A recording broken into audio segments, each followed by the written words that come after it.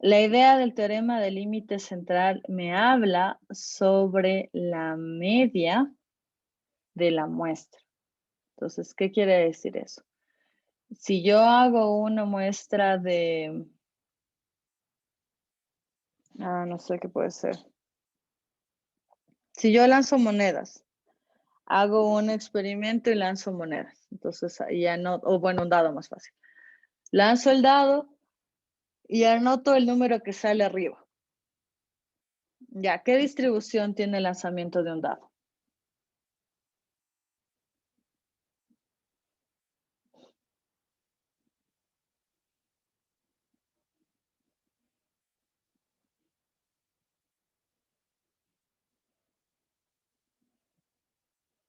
¿Qué distribución tiene el lanzamiento de un dado?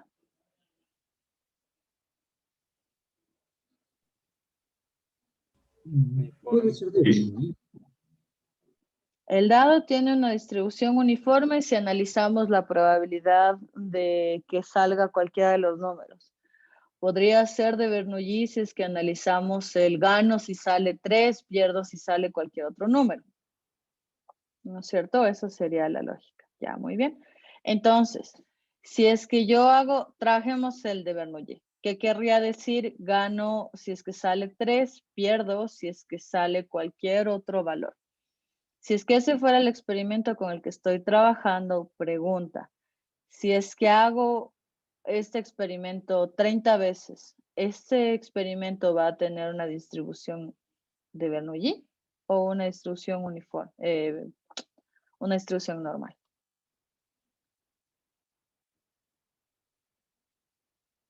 Hago 10 veces esto de lanzo los dados, si sale 3 gano, si sale 3 pierdo. ¿Ese experimento sigue una distribución de Bernoulli o lo que hace es tener una distribución normal? Seguiría siendo normal. Perdón, de Bernoulli. Seguiría siendo de Bernoulli, perfecto. Esa es la primera cosa que les quiero aclarar y que no quisiera que confundan, ¿ya? Cuando nosotros lanzamos 10 veces los dados, hacemos algún experimento en esa medida, lo que estamos diciendo es, o sea, el experimento tiene una distribución de Bernoulli. Y entonces, ¿de qué es lo que me está hablando el teorema del límite central? El teorema del límite central de lo que me está hablando es de la media de esa muestra. Si yo calculo, hago 10 veces el experimento y veo la media que obtengo al realizarla, la pregunta es, ¿qué distribución tendría esa media? La media. La media tendrá entonces una distribución normal. Si es que la muestra, si es que lo que hice fue hacer más de 30, se habla de 30 o 35 experimentos. ¿Ya? Entonces, la diferencia entre la muestra, los valores que tiene la muestra y la media es lo que nos indica el teorema del límite central. Ya, les voy a decir eso varias veces porque por alguna razón, o bueno, no tanto por alguna razón, pero he notado que eso les suele causar bastante confusión y que suelen asumir que ya, tengo más de 30 datos, entonces tengo una distribución normal. Y no, no es así. ¿Ya? Entonces, para eso, ahora sí formalicemos un poco más el teorema del límite central.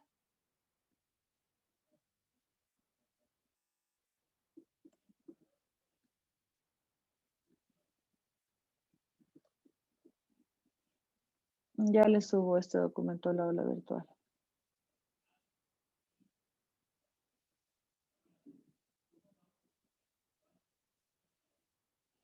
A ver, entonces, ¿qué me dice? Sea x1, x2, xn, variables aleatorias independientes. ¿Qué quiere decir que sean variables aleatorias independientes? Primera pregunta.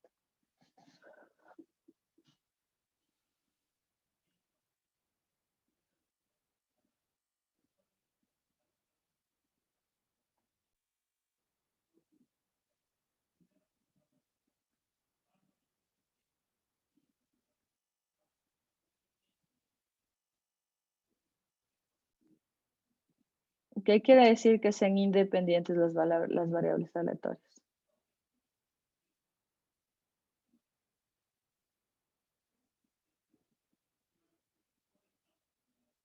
Que la probabilidad de que ocurra uno no se relaciona con el anterior. Que la probabilidad de que suceda uno no se relacione con el anterior. ¿Lo podemos decir un poquito mejor?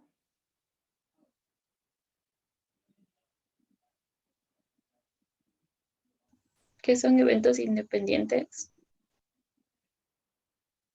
Son variables aleatorias cada una de ellas.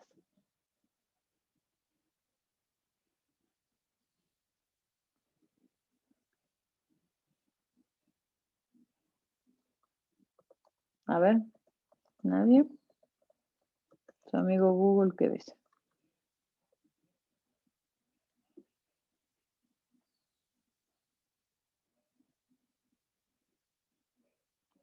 Si son independientes, quiere decir que los resultados de una no dependen de la otra. ¿De acuerdo? Lo que estaba diciendo su compañero. Entonces, no olvidemos que la variable aleatoria al fin y al cabo es una función. Que sean independientes lo que quiere decir es que la una no se describe en la otra, no es combinación lineal la una de la otra.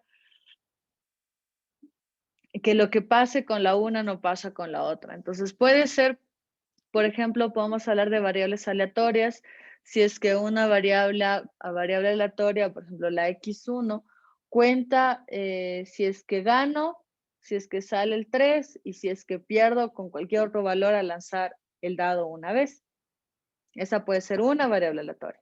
Otra puede ser si es que al lanzar la moneda saco cara o saco sello.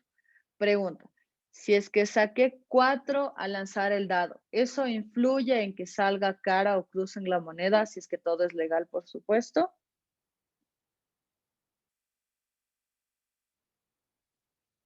No. No, no influye, no tiene nada que ver, ¿no es cierto? Entonces, esa es la idea de variables aleatorias independientes. Estas se están midiendo o se relacionan con un experimento aleatorio, pero lo que pasa en la una no necesariamente afecta lo que pase con la otra. Ya. La siguiente parte dice, que tengo n variables aleatorias, quiere decir que tengo n. Idénticamente distribuidas. ¿Qué quiere decir idénticamente distribuidas?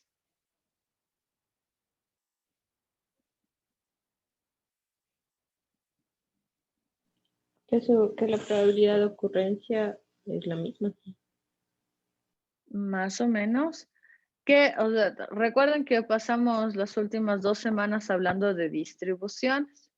Entonces, idénticamente distribuidas lo que quiere decir es que tienen una misma distribución. Siguen una misma distribución. Por ejemplo, todas son distribuciones de Bernoulli.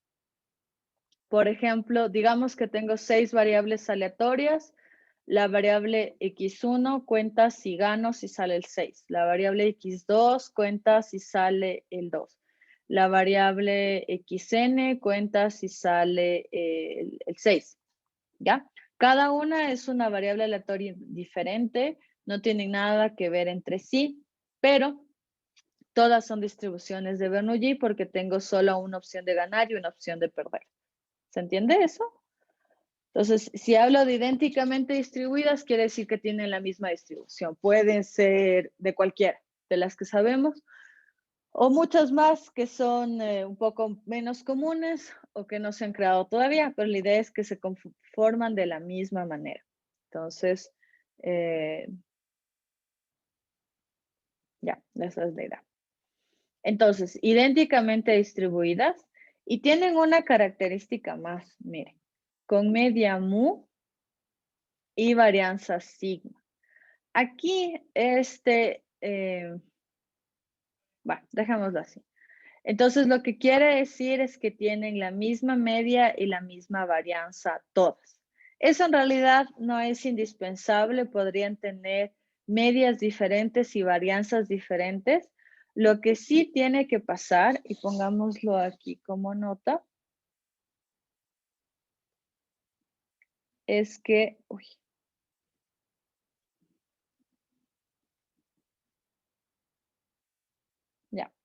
A ver, pertenecen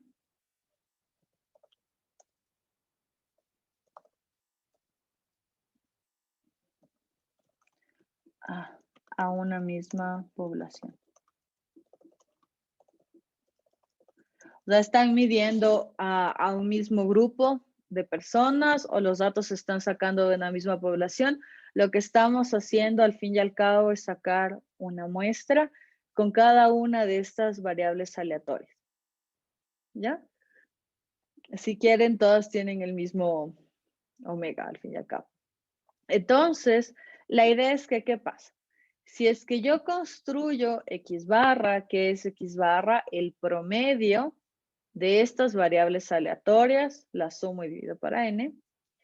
Esta nueva variable aleatoria X barra va a seguir una distribución normal con media mu y varianza sigma al cuadrado sobre n. Entonces, bueno, el n tiene que ser finito también. Y entonces lo que se tiene que cumplir es que X barra sigue una distribución normal. Entonces, cada una de esas X puede seguir cualquier distribución, pero si yo calculo el promedio de la variable aleatoria, entonces eso quiere decir que si calculo el promedio de la variable aleatoria, entonces esta sí sigue una distribución normal de media mu y varianza sigma al cuadrado si es que el n es suficientemente grande. O sea, si tomo dos variables de Bernoulli y les calculo el promedio, no necesariamente la variable que obtenga va a seguir una distribución normal. Tenemos que tener al menos 30 o más variables aleatorias. ¿Se entiende la diferencia entre la distribución de las variables originales y la distribución de la media?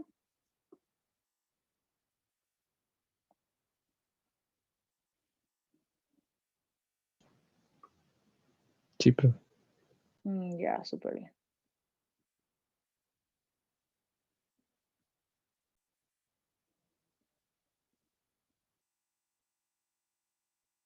A ver. Hoy vamos a hacer tarde de cine, pero me tengo que acordar de dejar de grabar, porque si no, ya. Entonces, ustedes imaginen que quieren conocer las características de una población. Por ejemplo, tenemos aquí el Ecuador, y como el coronavirus está, es un tema común, entonces digamos que yo quiero saber de aquí del Ecuador. Quiero saber cuántas personas están infectadas, ¿no? Eso es lo que quiero detectar, quiero saber, o mejor, cuántas personas tienen el virus, ¿no? O sea, tienen o tuvieron el virus, o sea, ya se contagiaron. El problema de las estadísticas que tenemos o la información que tenemos es que al fin y al cabo solo se registra aquellas personas que hacen la prueba PCR, creo que es esa, y bueno, sale positivo obviamente, van al hospital y les hacen la prueba, pero hay un subregistro que sucede, por ejemplo, de personas que se contagiaron, nunca tuvieron un síntoma, no se sintieron mal y ya tuvieron la enfermedad. Eso, mi hermano me contaba que el jefe se fue a hacer la prueba por curiosidad y ya le salía que ya se había infectado. Entonces, puede ser que alguno de nosotros ya nos enfermamos sin saber. Eso no quiere decir que ya viva la patria yupi, porque nos podemos volver a enfermar, por supuesto. Ya, ese es un grupo. El otro grupo son las personas que se sienten mal, pero desgraciadamente por muchas cosas no fueron al doctor, entonces, o fueron al hospital y fallecieron muy rápido, entonces no se les detectó la muerte como muerte por coronavirus, sino por por enfermedades respiratorias, por decir algo. Entonces, por eso ahora se usa como registro, no solo la cantidad de personas con coronavirus en el país, sino se usa, por ejemplo, este dato de muertes anormales. Digamos que siempre en diciembre, que estamos febrero, En febrero se mueren en el Ecuador 1000 personas, eso es lo normal. Y de repente, o sea, y eso ha pasado los últimos 15 años, ¿no?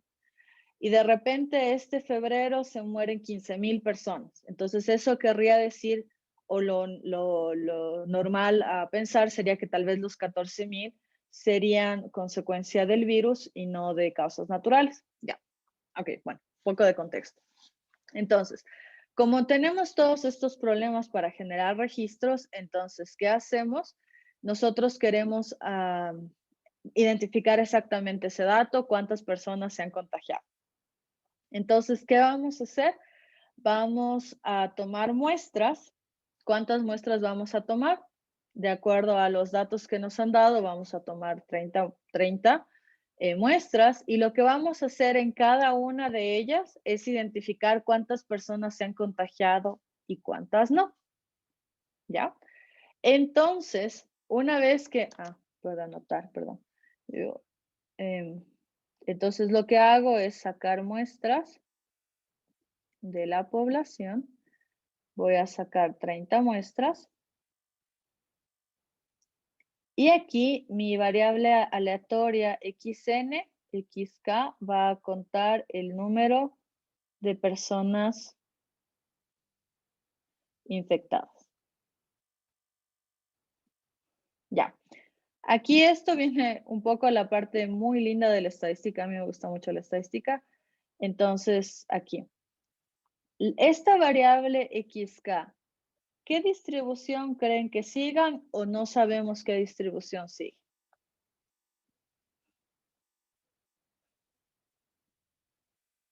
Adivinen nomás. No sabemos. No sabemos, ¿no es cierto? Entonces, no es como, podríamos analizarla como una distribución de éxito y fracaso, no, porque no tengo un solo experimento, tengo varios. Tal vez podríamos analizarla como una binomial, cuántas personas tengo contagiadas dentro de mi grupo, eso podría ser un análisis. U otro, hay una parte de estadística que se ve un poco más adelante, que es estadística no paramétrica, que ya es, ya, esta tiene una distribución rara, entonces vamos a trabajar con una distribución que no conozco. Ya. Supongamos que sigue una distribución binomial, que sería número de éxitos en n intentos, y la muestra, y tengo 10 personas en cada muestra. ¿Ya? Entonces, eso querría decir que cada x of k sigue una distribución. Es lo que estamos suponiendo, ¿no? Cuando uno hace un modelo, lo que hacemos es hacer una suposición y trabajamos con el modelo. Luego ya nos damos cuenta, no, capaz que no es una distribución binomial y me regreso y sigo replanteando el modelo, ¿ya? Aquí, por ejemplo, el problema es que no sabríamos la probabilidad de éxito, pero podríamos determinarlo con la primera muestra, por ejemplo, o alguna cosa de eso. Ya, entonces, de esto, lo que puedo hacer yo es calcular la media de todas esas muestras, de todas esas variables aleatorias, de todas las muestras que yo acabo de calcular. ¿Ya? Y lo que me dice el teorema del límite central es que esta variable aleatoria sigue una distribución normal con media mu y varianza sigma al cuadrado sobre n. Entonces, yo en realidad no conozco cuál es la media de enfermos en la población, pero al hacer todo esto, yo voy a descubrir cuál es ese valor. Entonces, al sacar, por eso dice la media de las medias, al sacar la media de mis variables aleatorias, que deben ser independientes y con la misma distribución, se suele escribir así, independientes idénticamente distribuidas, de manera corta, independientes idénticamente distribuidas.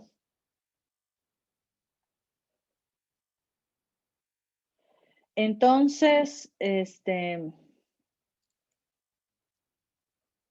ya. Entonces, con esto lo que yo hago es, al realizar este proceso, yo sé yo tengo una aproximación de la población. Y con esta aproximación ya puedo decir, bueno, la media de contagio en el país es de 5 cada 10 personas. Sería un montoncísimo. Pero bueno, entonces con eso yo ya puedo regresar a información de la población y con eso yo ya puedo empezar a hacer política pública, yo puedo empezar a decir qué hacer o tener instancias, ¿no es cierto? Entonces la idea es que si yo no conozco información de toda la población, el teorema del límite central me da un camino de cómo encontrar esta información a pesar de que no la conozca y sin realizar un censo, que siempre es demasiado caro. Ahora, por ejemplo, es imposible por medidas de bioseguridad. Entonces, la idea, pero de todas maneras es súper importante tener esta información, ¿no es cierto? Sería vital saber, por ejemplo, eso. Digamos que si alguien se contagia, tiene 6 meses de inmunidad y digamos que todavía se pudieran comprar vacunas. Entonces, si yo supiera cuál es la media de personas enfermas o sanas, yo sabría cuántas vacunas de verdad necesito, uno, y sabría más o menos a dónde focalizar, ¿no es cierto? Entonces, todo esto nos ayuda a poder tomar decisiones. Esa es la idea de tener información. O sea, no es voy a hacer un histograma, voy a hacer un boxplot porque se ve lindo, sino porque esto me da información y me permite entonces entender cómo está la realidad del país o de lo que sea. Si yo les digo la media del curso, me estoy inventando porque no he hecho esas cuentas, si les digo la media del curso es 9, entonces todos están súper bien, entendemos que es sobre 10, ¿no? Entonces entendemos que todos están súper bien, el curso está fluyendo y todo va muy bien. Si les digo que la media del curso es 2, algo está pasando, algo no está funcionando bien y entonces algo está generando que la media sea baja y hay que tomar acciones. ¿Ya? ¿Preguntas de lo que les acabo de contar tal vez?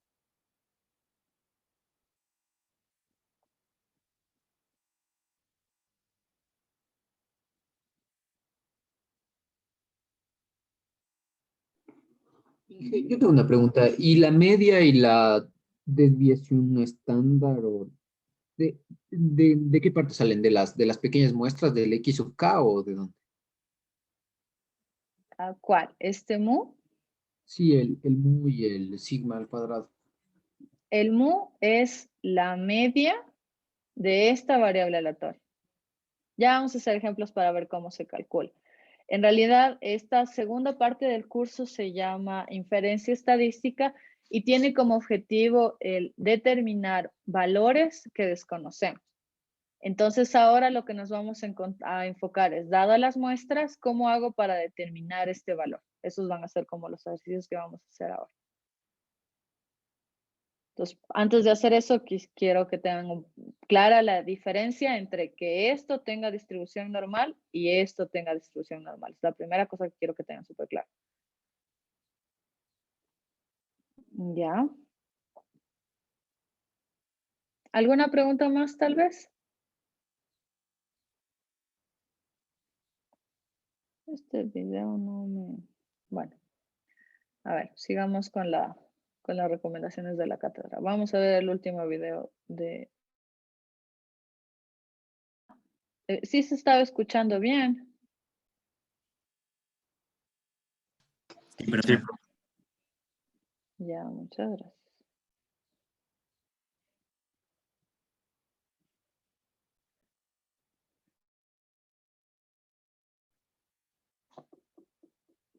¿Cómo lo van a entender?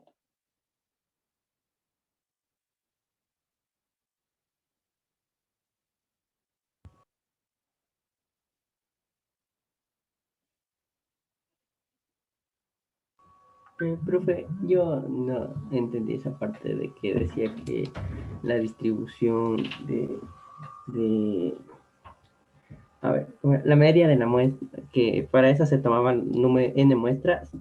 O sea, yo había entendido que mientras las muestras sean más chiquitas, espera, ya me hice bolas de lo que no entiendo tampoco. A ver.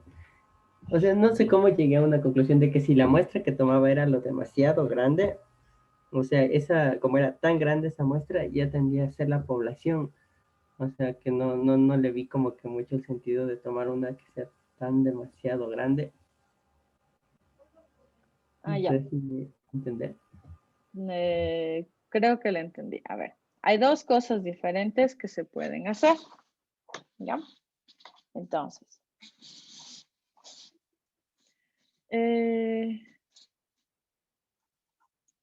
Ahí está.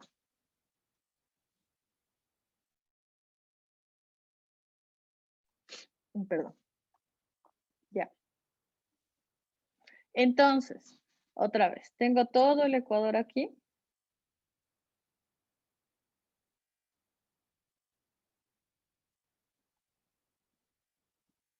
Ya.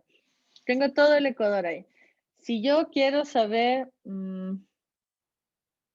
si es que les gusta la pizza hawaiana o no, ¿ya? De todo el país. Entonces, sí, yo qué sé. Digamos que sigue es una distribución. Estoy haciendo un histograma. Ah, sí. Bueno, la altura creo que es más fácil de entender. Digamos que esto es la altura. Ya, la altura de los ecuatorianos. Creo que en realidad hay más chiquitos que grandes, pero bueno, sumamos que es así. Entonces, una cosa que yo puedo hacer de los 16 somos, de los 16 millones que somos, ¿qué pasa si yo evalúo a 15 millones? ¿Qué tan lejos va a estar mi resultado de la realidad? ¿Qué cree usted? ¿Que va a ser bueno? ¿Va a ser lejano? ¿Va a ser malo? O sea, creo que con esa muestra de 15 millones ya está bastante aproximado a la población general. Está Y súper bien, ¿no es básicamente, cierto? Ya. sí. Ahora, ¿qué pasa si es que yo voy tomando valores a ratos más pequeños? Si es que de los 16 millones yo pregunto a 30 personas, ¿qué tan exacto creo que va a ser el resultado con respecto a toda la población? Muy poco exacto. Ajá, ¿no es cierto? Voy a tener un montón de errores, ¿no es cierto? No voy a saber cuántas personas chiquitas tengo, cuántas personas grandes tengo, no voy a tener idea de nada. Ahora, ¿qué pasa si es que a mí no me interesa saber cuántos altos hay y cuántos bajitos hay, sino a mí lo que me interesa saber, porque yo soy un comerciante de jeans o de pantalones y quiero saber cuál es la altura promedio del ecuatoriano, porque ha de ser un poco diferente al promedio de los estadounidenses, por ejemplo, ellos son más altos y más gorditos. Entonces, si a mí no me interesa saber todas las alturas que hay de los ecuatorianos, sino solo me interesa saber la media. Ya, esto es lo que a mí me interesa. Ahora, si a mí me interesa saber solo la media de la población o entender la media de la población, lo que me dice el teorema de límites centrales, cogen el primer intento y es lo que fue haciendo el video. Entonces, cojo a 5 personas y de esas 5 personas saco la media. Y tengo mi primer valor. De ahí cojo a otras 5 personas que cojo al azar. Esto no está tan al azar porque estoy haciendo yo, pero y le saco la media. Y así me hago varias veces. ¿Cuántas veces? Eso es lo que nos estaba diciendo él. O sea, pero siempre cogiendo 5.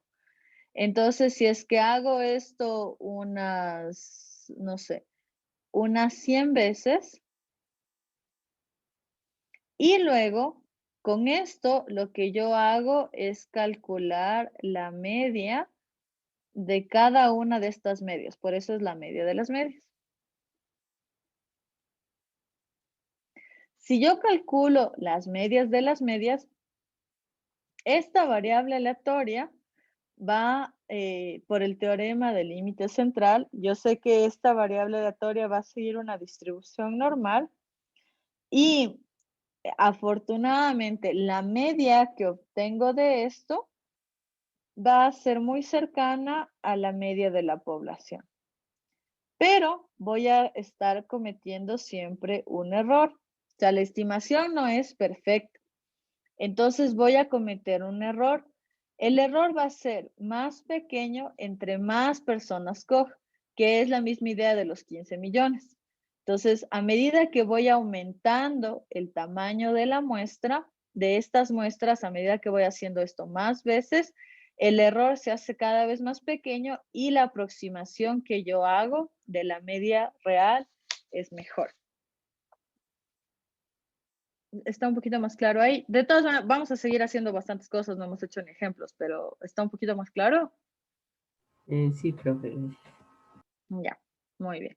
Entonces, a ver, yo les quiero contar varias cosas, pero no sé por dónde empezar. Empecemos haciendo lo que nos propone la cátedra.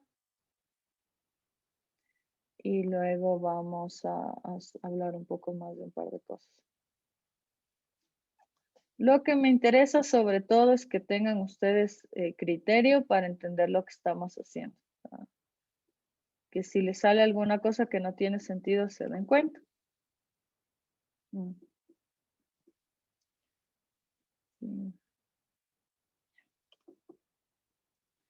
Entonces, este ejercicio está chistoso porque, como les dije, el primer día de clases yo trabajaba en el INEVAL, entonces tengo bastante idea de esto. Bueno, entonces hay un examen de exoneración que ustedes por supuesto lo dieron.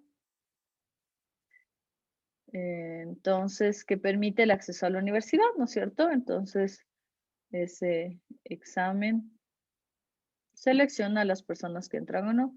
¿Cómo era antes? ¿Alguien sabe cómo era antes?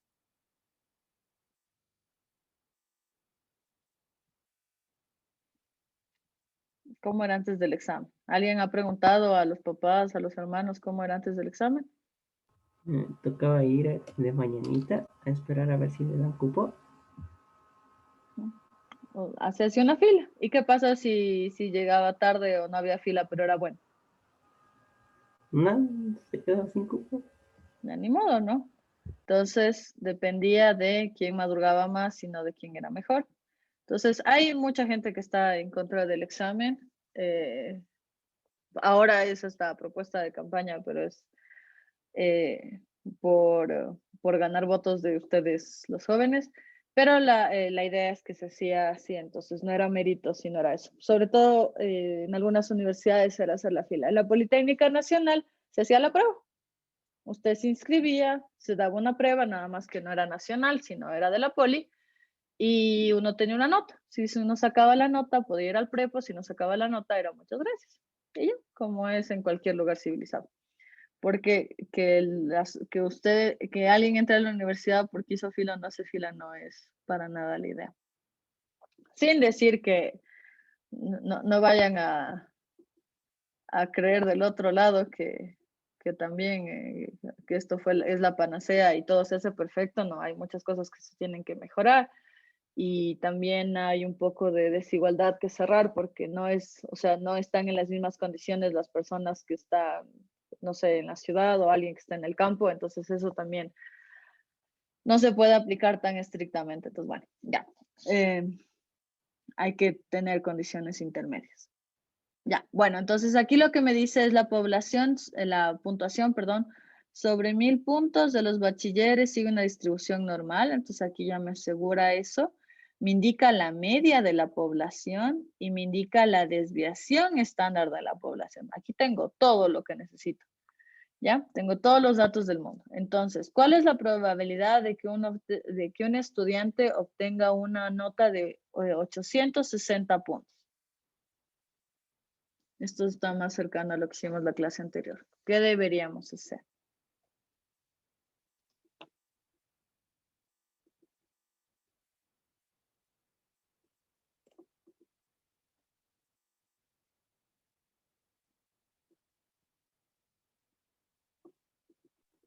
Hay que ver la tablita.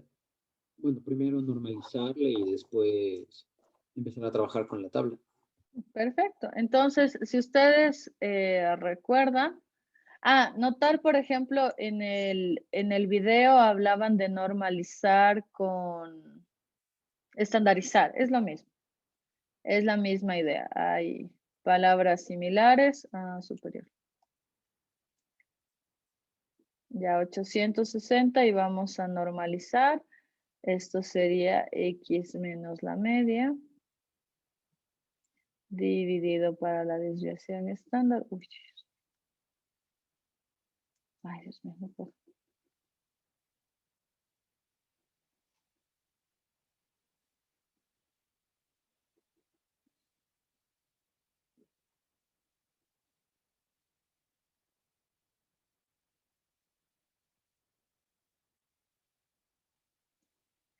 Ya. Y habría que calcular ese valor.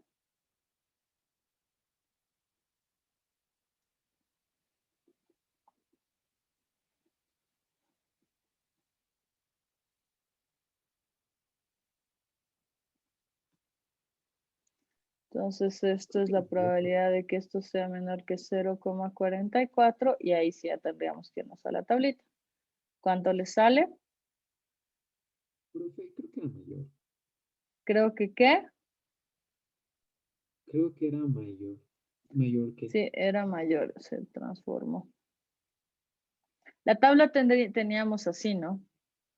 Ya les voy a dar otra para que aprendan, para que comparen, pero por ahora trabajamos con la misma que estamos trabajando la clase anterior. ¿Cuánto sería esto?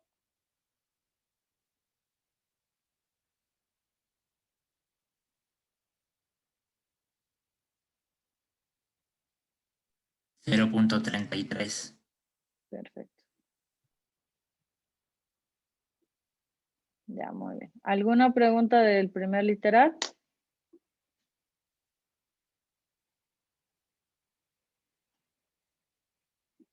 Ya. Analicemos otro caso. Una universidad desea ofrecer una beca a aquellos estudiantes que obtengan una puntuaciones que los coloque en el 5% más alto. Era el grupo de alto rendimiento. ¿Cuál es la puntuación mínima que se requiere para obtener la beca? Entonces, ahí, ¿qué harían?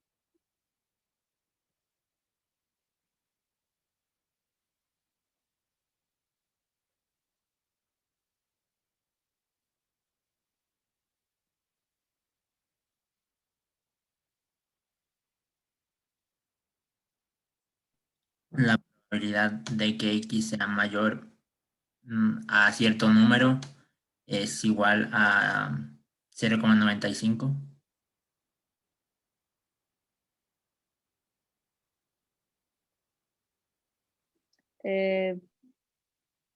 ¿Por qué 95? Porque sería ese 5% hasta llegar hasta 1. Ese 5% hasta llegar hasta 1.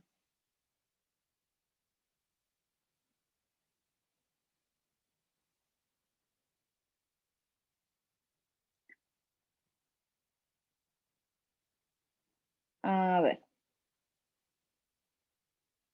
Dice, ¿cuál es una universidad desea ofrecer una beca a aquellos estudiantes que obtengan una puntuación que los coloque en el 5% más alto?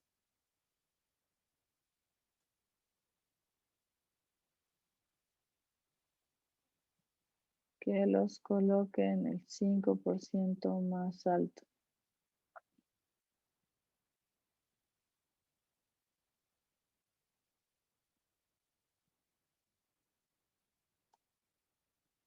¿Cuál es la puntuación mínima que se requiere para obtener la beca?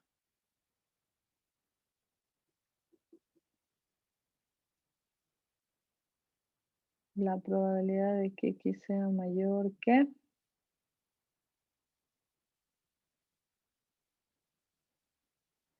Ah, ya, ok. A ver.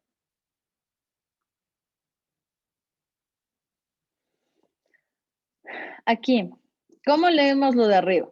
La probabilidad de que cualquier estudiante saque una nota mayor a 860 es 0,33 o es del 33%. ¿Cómo entendemos esto? El ejercicio de arriba. En cuanto la nota sea más alta, la probabilidad va a ser menor. Ajá, o sea, sí, Pero, ¿cómo entendemos esto? Solo este ejemplo. O sea, si es que alguien da la prueba, ¿qué tan probable es que saque más de 860?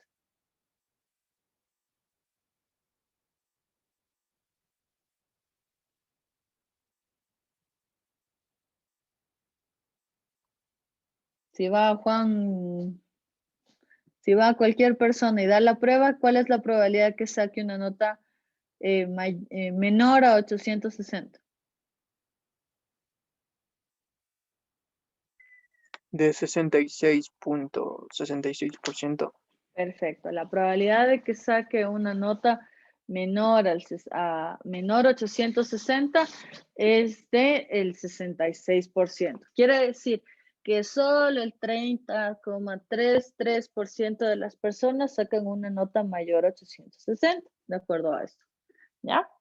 Ahora, si le quiero dar la beca, solo las personas que están en el 5% más alto, lo que quiero saber es la nota que correspondería. Entonces, por eso es que ponemos el 5%.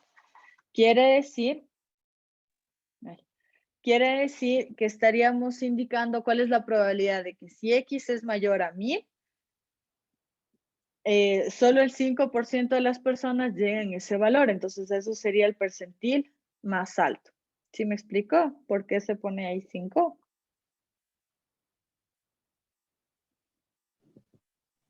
¿Puedes repetir, por favor? Ya.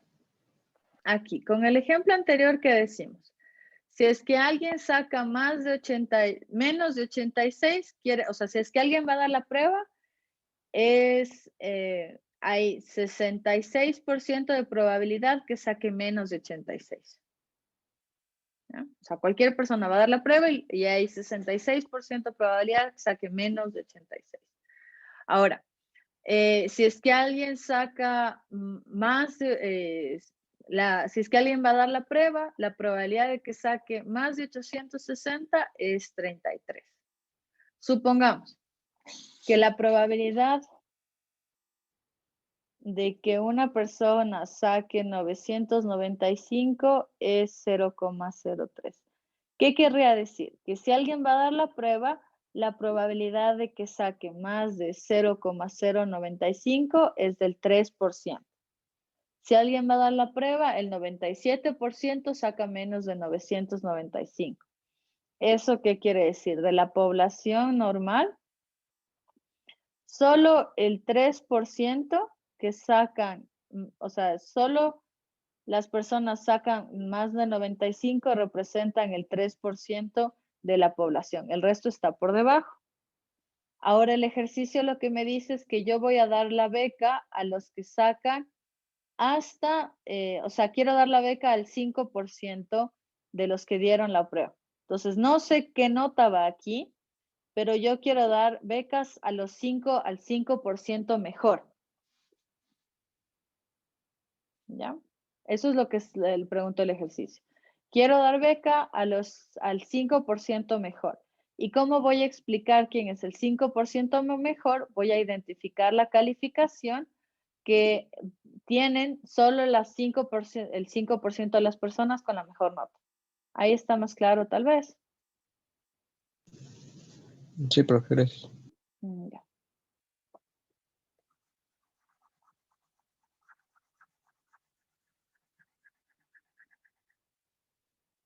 Ya, entonces, si es que esto es así, entonces nosotros podríamos pasar a calcular. Otra vez vamos a estandarizar o normalizar, como lo queramos decir, porque son sinónimos. Menos 840. Aquí no es necesario que hagan todos los pasos en realidad. Lo estoy haciendo yo un poco por costumbre. ¿Ya? Igual a 0,05. Entonces, esto quiere decir la probabilidad de que z sea mayor que alfa menos 850 sobre 45 igual a 0,05. Ya, y aquí hay que usar la tabla y buscar qué valor le corresponde el 0,05. ¿Quién me dice qué valor le corresponde el 0,05? Entre el 1,64 y el 1,65. Entre el Podríamos. 1, a ver, voy a anotar, entre el 1,64 Y el el 1,65. Si es que es así, entonces lo que nosotros vamos a tomar es el punto medio. Alfa menos 840 sobre 45 igual a 1, 6, 4 y 5, que sería el punto medio entre los dos.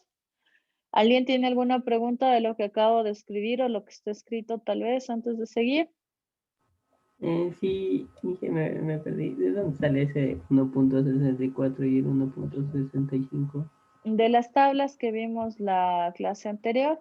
Ay, Entonces, si ustedes abren las tablas, vamos a buscar el valor que corresponde al 0,05.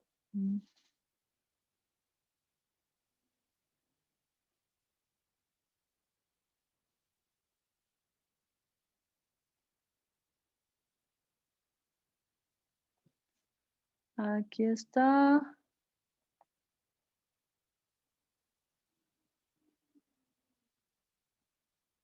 Aquí está.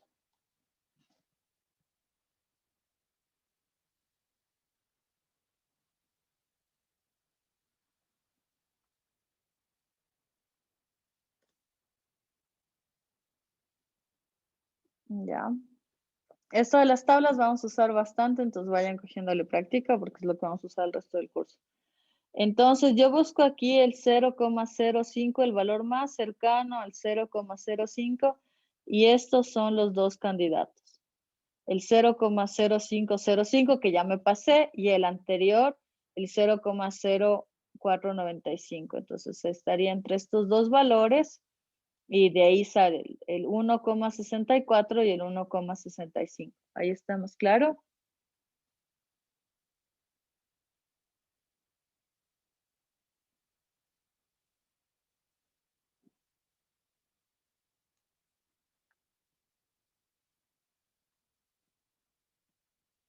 ¿No? ¿Explico algo más de alguna otra manera?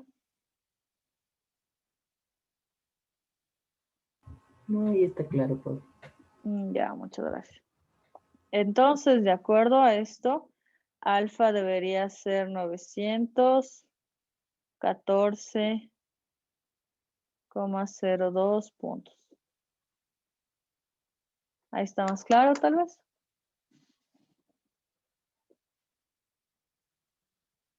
Sí, profe. Ya, súper bien. Hagamos el último literal. Ven, todo esto es la distribución normal que hicimos la clase anterior. Nada más. Me avisan si necesitan copiar algo, creo que está fácil, pero si necesitan regresar a copiar algo, me avisan. Ya, en cierta institución se sospecha que hubo fraude en la toma del examen. Con medida para verificar este problema, se toman los resultados de 40 estudiantes aleatoriamente y su promedio fue de 860 puntos. Los resultados obtenidos de esta muestra ayudan a afirmar esta sospecha o a refutarla. Entonces, ahora sí vamos a usar el teorema del límite central.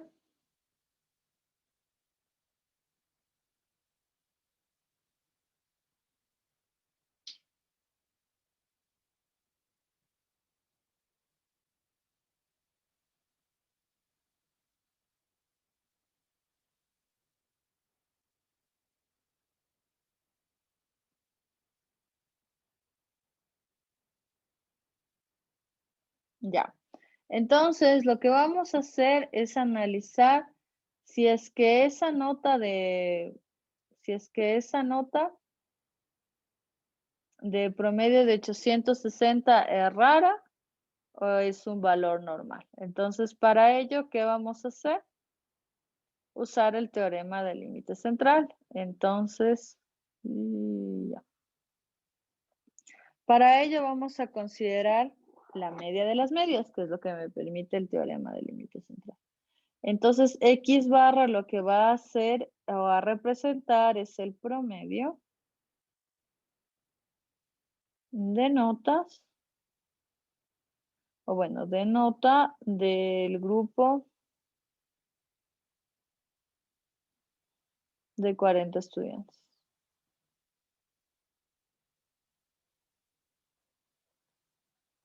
Ya, eso es lo que va a representar. Entonces, si el teorema del límite central se verificaría, lo que diríamos es que X barra sigue una distribución normal de media, la misma que la población,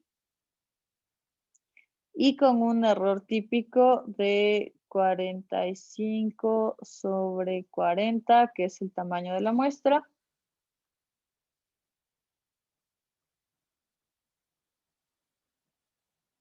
A ver, déjenme ver una cosita.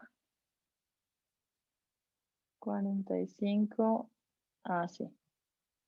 Y aquí sería 45 al cuadrado. Dije, ¿ese error es la varianza? No, como le mostré en el video, este es el error que estoy cometiendo al estimar la media. Sí tiene que ver con la varianza de la población, pero esta no es igual a la varianza de la población, porque tengo ahí tengo el tamaño de la muestra de por medio. Tiene que ver, pero no es lo mismo. La varianza de la población es la parte de arriba, el 45 al cuadrado, pero no es igual a la varianza de la población. No sé si me explico. O sea, mi pregunta es de que en la distribución normal lo que nosotros tomamos es la media y la varianza. Entonces, ¿esa parte pasa a ser la varianza de la nueva muestra o A ver, la población tiene una media y una varianza. Ajá. Esta variable aleatoria tiene la misma media, pero esto es el error típico. Sí, como distribución aquí se pone la media y la varianza, pero lo que quería indicarle es que este valor que está aquí no es igual a este de acá, porque esto, ¿qué es? La media de un conjunto de muestras que he tomado y esta es la varianza de toda la población, entonces son cosas diferentes. Es como que yo quisiera, en el 1 tengo toda la población del Ecuador y existe una variación en la altura con respecto a la media de 10 centímetros.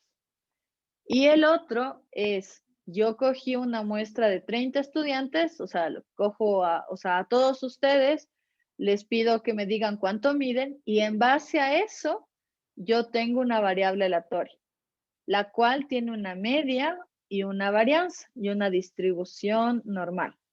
Entonces, la media de la muestra debería ser igual al de la población, pero no siempre va a ser igual. El error que voy a cometer va a estar dado por ese 45 al cuadrado sobre 40. Entonces, lo que yo quiero comparar es la media de sus alturas con la media de la población de todo el Ecuador. No siempre esos dos valores van a ser exactamente iguales, va a haber una distancia o una diferencia entre ellos. La distancia o diferencia que hay entre ellos es este error típico. ¿Sí me explicó? sí? No creo. ¿Seguro? Si no, me explico de otra manera. Sí, no es mucha molestia. ¿Sí? ¿Qué? Sí, no es mucha molestia. Ya, a ver. Verá. Hagamos lo de las alturas, que eso me gustó de ejemplo. Ya, estas son las alturas del Ecuador. Estoy dibujando por aburrimiento en realidad. No sería necesario en realidad. Ya. Esas son como las alturas del Ecuador. El promedio de altura es este. ¿Ya? Y la dispersión de alturas que hay, digamos que la media de altura es unos 60. El más alto que hay en el Ecuador mide 2 metros y el más chiquito mide 90 centímetros entre las personas que miden que tienen más de 18 años. Si contamos los niños, ahí sí ya no juegan. Ya, súper bien. Ahora, Yo lo que quiero es saber este valor de aquí. Yo lo que me estoy concentrando es en este valor de aquí, el 1,6. Ahora, yo lo que voy a hacer es hacer una muestra. Y voy a tomar a 30 personas al azar. Y de esas personas al azar voy sacando su altura. 1,5, 1,8, 1,7, 1,9. ¿Ya? Saqué 40 personas y les fui tomando la altura a todas esas 40 personas. Una vez que les saqué la altura a esas 40 personas, yo calculé la media de esa muestra. ¿No es cierto? Yo calculo la media de esa muestra y lo que me sale de esa muestra es que la altura promedio es 1,8. ¿Ya? ¿Este 1,8 es igual al 1,6? No, son valores diferentes. ¿Por qué? Porque yo de todas maneras estoy trabajando con una muestra y la población real tiene más individuos, entonces estoy cometiendo un error. ¿Ya? El error no es que es infinito, sino que está delimitado.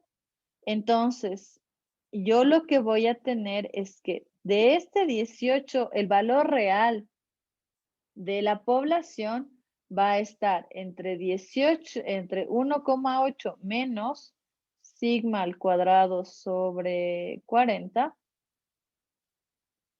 y 1,8 más sigma al cuadrado sobre 40. El valor real es 1,6. A mí me salió 1,8, pero el error es este valor de aquí. Entonces, yo sé que el valor real está entre esos dos números. ¿Ya? Eso es una cosa. Este es el error que cometo. Es como cuando ustedes están haciendo una medición en el laboratorio, al usar la regla o dependiendo del instrumento de medición, van a cometer un error dependiendo de la precisión del objeto de medición. ¿Ya? Eso es una cosa. Este es el error cometido.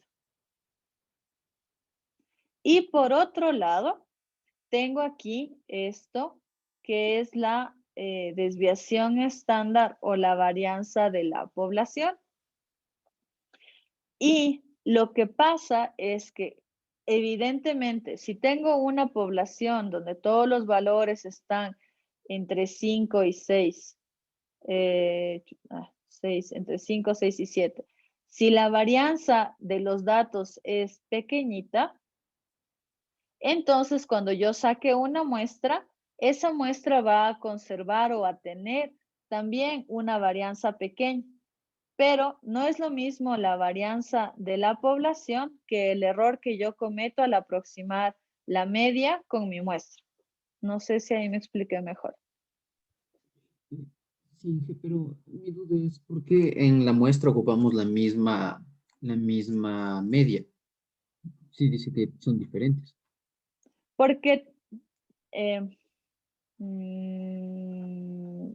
tienen que ver. A ver, es otra vez, tengo el Ecuador y de los ecuatorianos, no, mejor. Tengo todos los estudiantes de la Poli, ¿no es cierto? Entonces, si cojo todos los estudiantes de la Politécnica Nacional, todos saben calcular integrales más o menos igual. ¿Ya?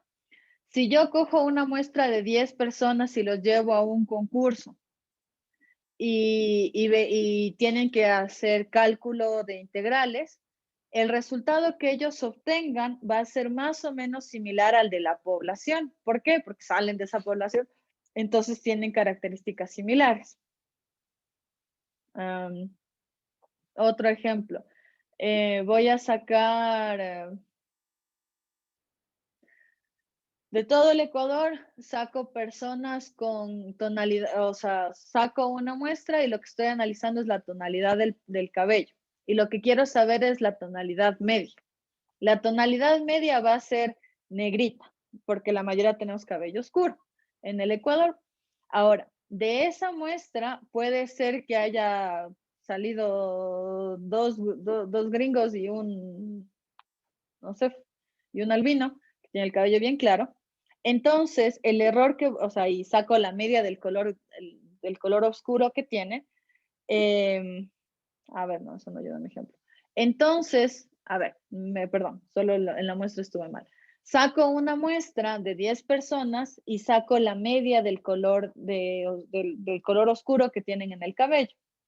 Entonces, la variación en el color va a ser muy pequeñita con respecto a la media, porque de todas maneras todos en el color tenemos la mayoría tenemos color de cabello oscuro.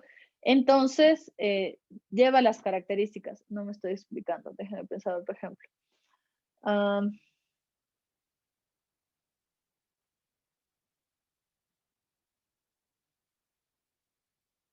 Ya. Tengo un conjunto, tengo 100 conejos. Es la población de conejos que tengo en una granja. Tengo 100 conejos. Y todos tienen la colita esponjosa. Saco y quiero saber cuál es qué tan qué tanto de esponjosas son las colitas. Saco 10. ¿Será que de esos 10 conejos que saco de muestra, todos tienen la colita hecho como puercoespín? ¿O será que tienen la colita suavita?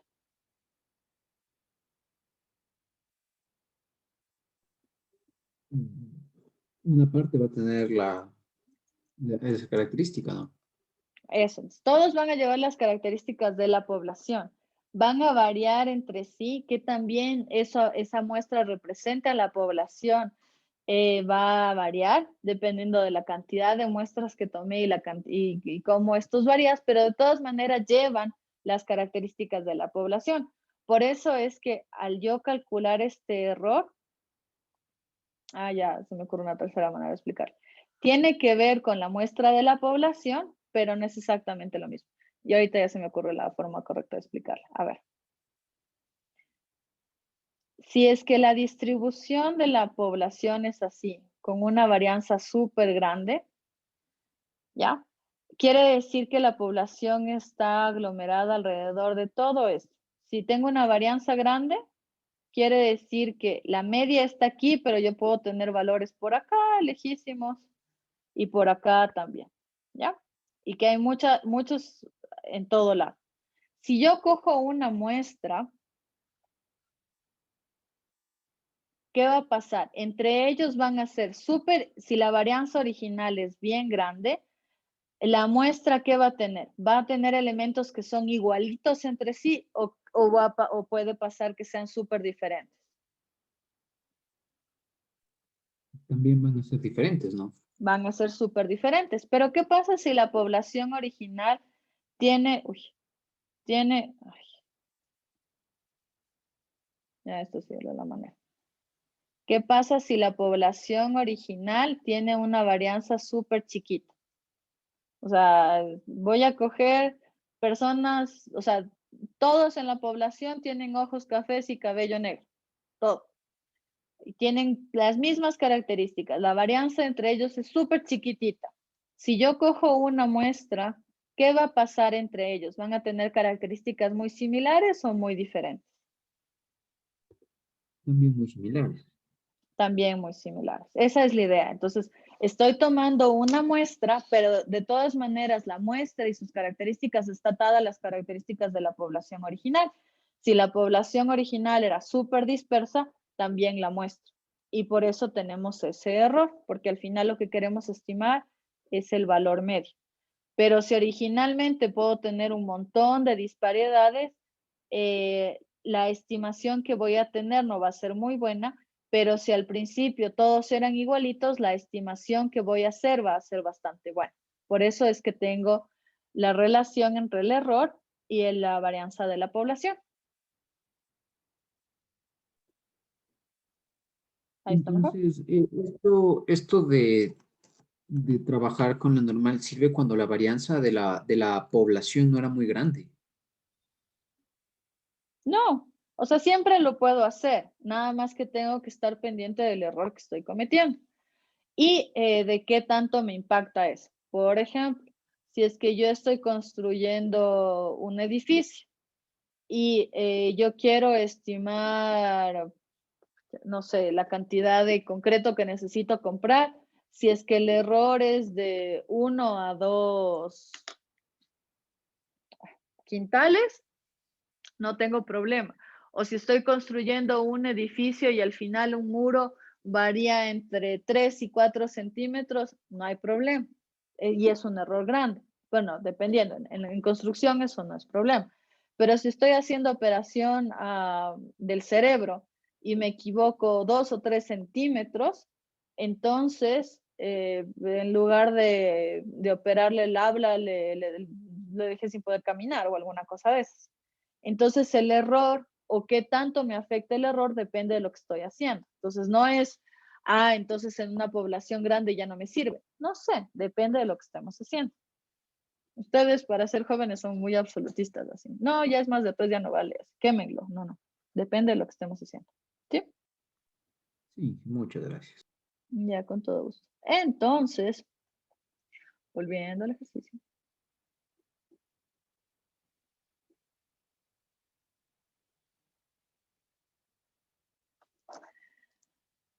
Entonces aquí lo que tendríamos, si es que esto es cierto, lo que queremos ver es qué tan probable es, si es que, o sea, dado que se verifique el teorema del límite central, que la media de 40 personas haya sido 860, si es que esto se tiende. Entonces lo que vamos a hacer es otra vez calcular la probabilidad, pero ahora de la media.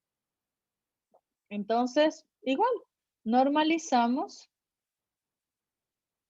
Pero ahora, bueno, hay que tener cuidado que hay que dividir para la desviación estándar. Siempre dividimos para la desviación estándar, pero en este caso la desviación estándar sería esto de acá. Entonces ahí es que varía un poco el valor que estamos considerando. Entonces, ay Dios mío. Ya, entonces esto sería una distribución Z y aquí esto sería 281. Y el valor de esto es 0,0025. Entonces, si dado que se cumple el teorema del límite central, la probabilidad de que el promedio de 40 personas sea mayor a 860 es del 0,25%. Entonces, lo que concluiríamos es que es probable que hubo fraude, o ya vamos a aprender a responder esto mejor. Concluimos que no hubo una prueba legal.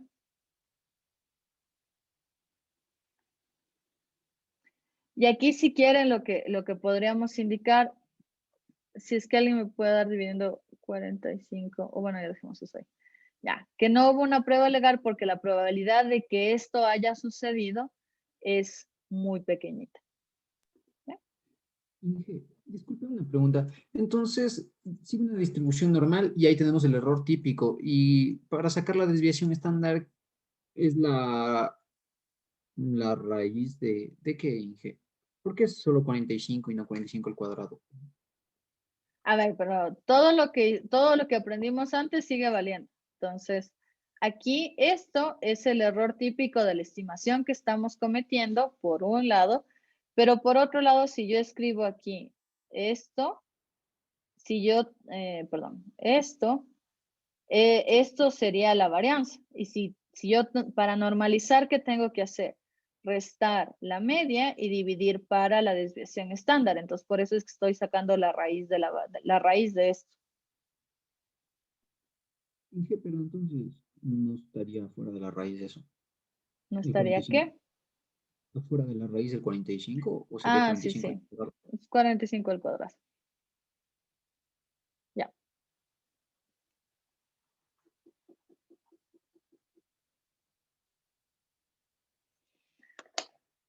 Listo. ¿Alguna pregunta más del ejercicio de hoy?